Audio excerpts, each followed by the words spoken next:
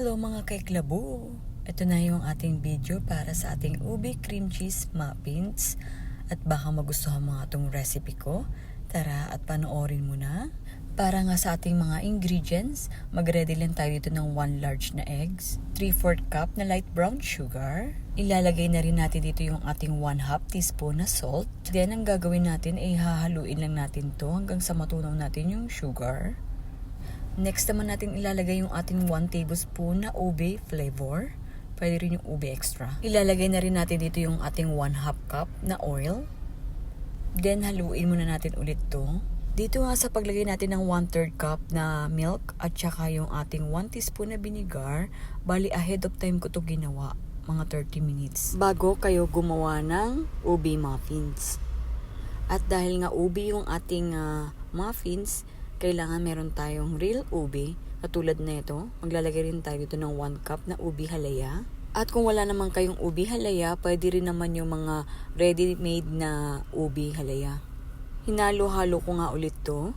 Tapos i-ready na natin yung ating all-purpose flour na may kasamang baking powder. Bali 1 1/4 cup na all-purpose flour plus 2 teaspoon na baking powder. Pinagsama lang natin dyan.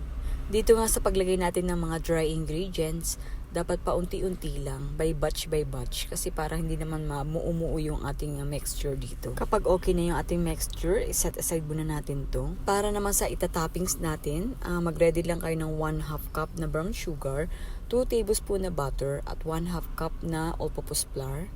Tapos ganyan-ganyan ninyo lang ng paghalo ng kutsara. Pagkatapos nga iset aside muna natin to.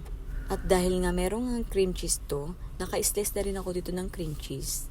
Again, depende pa rin naman sa inyo yan kung gusto niyo yung malalaking size na cream cheese ang ilalagay niyo dito sa ating muffins.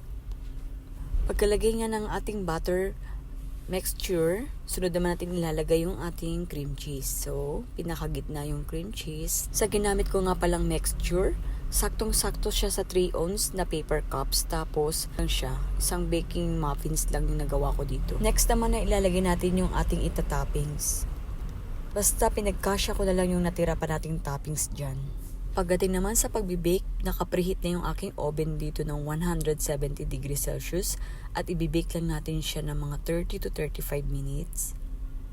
At ito na nga yung ating ube cream cheese muffins. At sana may natutunan ka sa video ko ngayon. At kung nagustuhan mo nga ito, huwag mo na rin kalimutan na i-like and share, or baka hindi ka pa nakapalo sa akin, i-follow mo na rin ako para like kang updated sa mga ginagawa kong videos.